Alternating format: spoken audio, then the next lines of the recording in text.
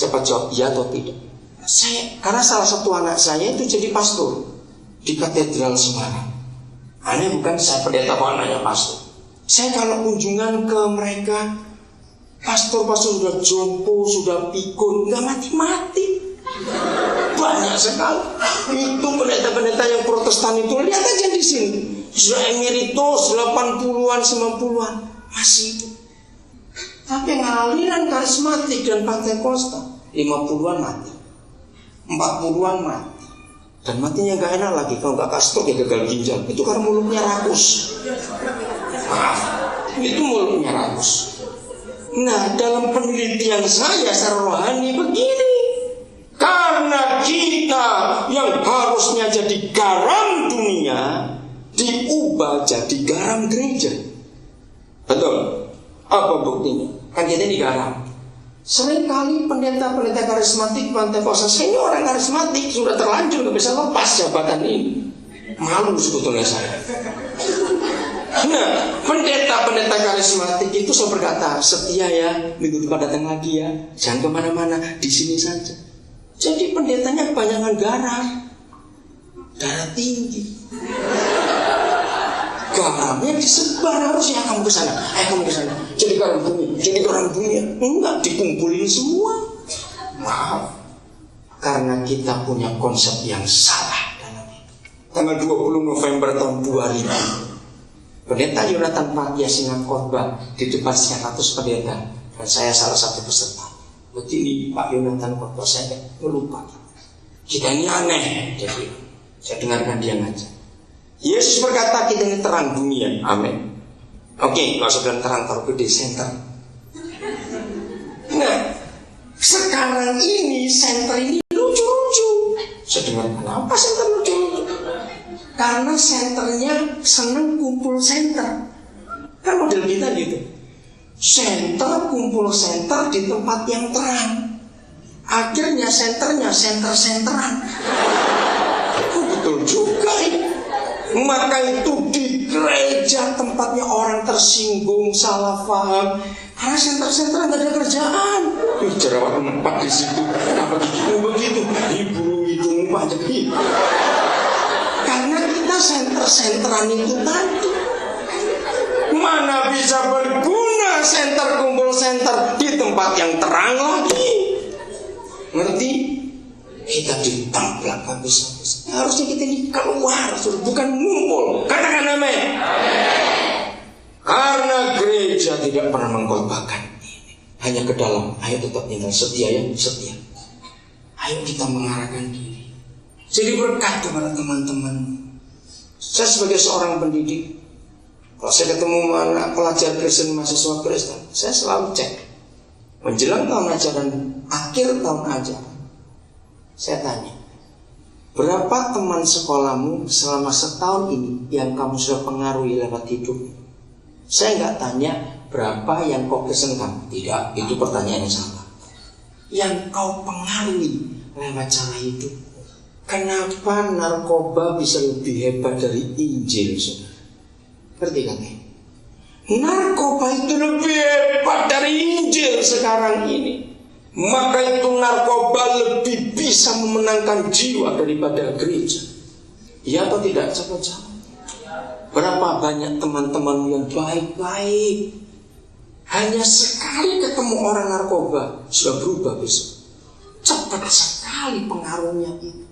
Berapa kali kita punya teman yang belum hidupnya berubah.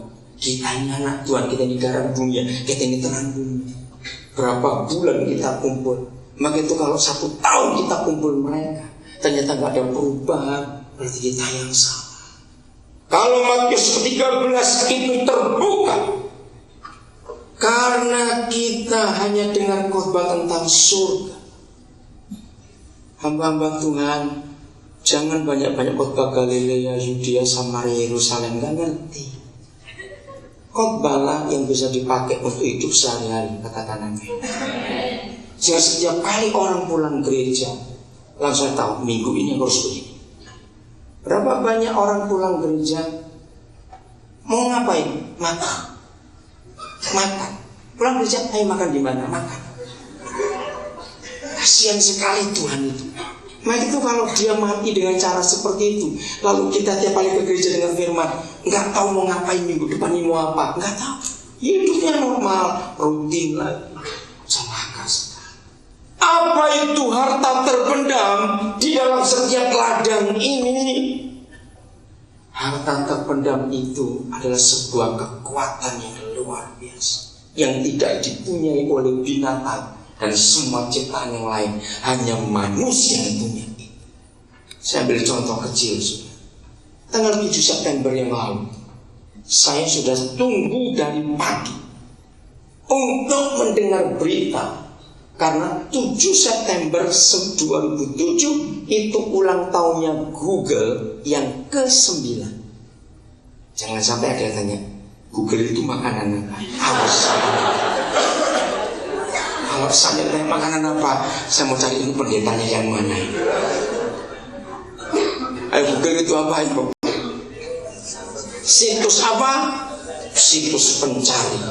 Sebuah situs yang hebat. Hari itu saya catat, ada di catatan saya.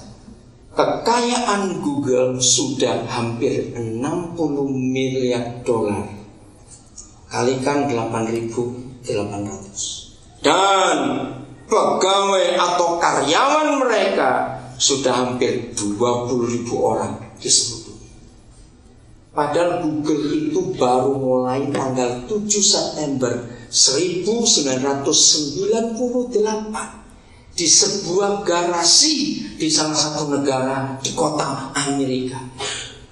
2 anak mahasiswa yang umurnya baru 24 dan 26. Modalnya hanya 967 US dollar, enggak sampai 1.000. Mereka tuh gini ya.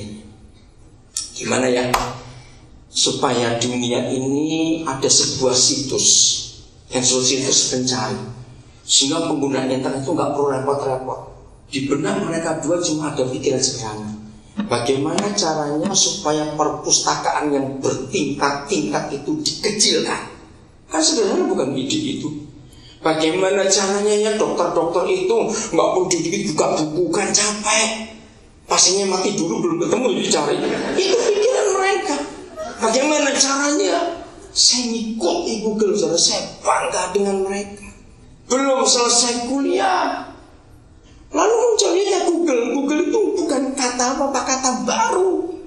Sekarang sudah di dalam kamus bahasa Inggris, jadi kata yang baru. Bayangkan. 7 September 98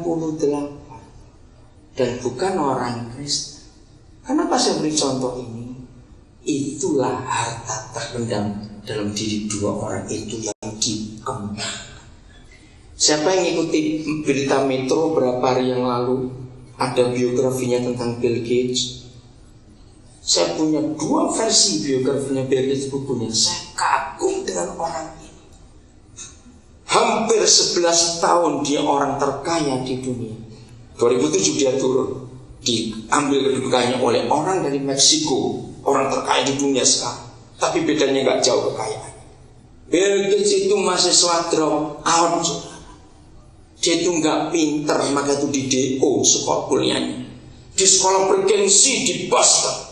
Tapi waktu dia di DO, dia nggak jadi pengangguran, terus mengasihani diri sendiri. Aku nasib kok jelek sekali ya. Kalau gini siapa mau kawin dengan aku ya? Nggak punya gelar, nggak begitu. Udah bangkit. Kalau aku di DO, aku akan mikir sesuatu. Lahirlah Microsoft, lahirlah Windows. Dia kawin telat. Anaknya sekarang dia umur 51 tahun ini. Anaknya baru umur 13 tahun dan 14 tahun. Dan dua-dua cewek.